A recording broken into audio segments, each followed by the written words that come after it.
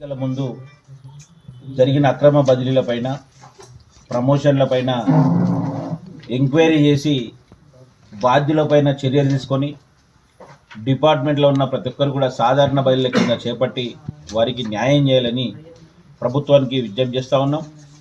అదేవిధంగా గతంలో 636 మంది తెలంగాణకు రావాలని చెప్పి ఏపీలో పనిచేస్తున్న ఉద్యోగులు, అంటే ఇంతకుముందు ఉమ్మడి రాష్ట్రంలో అక్కడ పోస్టింగ్లు ఇచ్చారు, అప్పుడు వారు తెలంగాణకు చెందిన వారు ఇక్కడికి రావాలని దాదాపు 636 మంది దరఖాస్తు చేసుకున్నారు.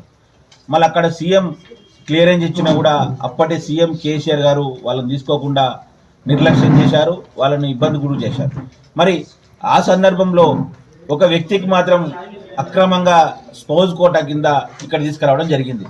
ఎక్కడ ప్రపంచంలో లేని ఒక వింత, ఆమె ప్రైవేట్ ఎంప్లాయీ చేస్తున్నా కూడా స్పౌజ్ కేసు కింద తీసుకొచ్చారు. మళ్ళీ ఎట్లా సాధ్యమైంది అంటే డబ్బులు ఇస్తేనేమో మీకు తీసుకొస్తారు, డబ్బులు లేని వాళ్ళను మాత్రము అక్కడనే పెట్టినటువంటి పరిస్థితి అప్పుడు చూసినాం మనం. అన్ని వైన్ షాపులకు టెండర్లు ఇచ్చినటువంటి అప్పటి రాష్ట్ర ప్రభుత్వం మళ్ళీ జూబ్లీ హిల్స్ రోడ్ నెంబర్ 36 అనే దానికి మాత్రం ఎలాంటి టెండర్ ఇవ్వకుండా వారికి కేటాయించింది. అది సంతోష్ రావు గారు, రాజ్యసభ సభ్యులు సంతోష్ రావు గారి బంధువు బినామీ అనిత్ రెడ్డి గారు బంధువు బినామీ. మరి 5 సంవత్సరాలకు ఎట్లా ఇచ్చింది ఆ ప్రభుత్వం? అక్కడ ఎగ్జామ్షన్ కూడా ఏంటంటే 20% ఉంది రెవెన్యూ, అంటే ఉన్న దాంట్లో 20% వాళ్ళకు ఇస్తారు అమ్మిన దాంట్లో. ఆ లెక్కలు చూసుకుంటే దాదాపు ఒక సంవత్సరానికి ఒక 100 కోట్ల ఆదాయం కూడా ఆ క్యూటానికి వస్తుంది వాళ్ళకు, యజమానులకు.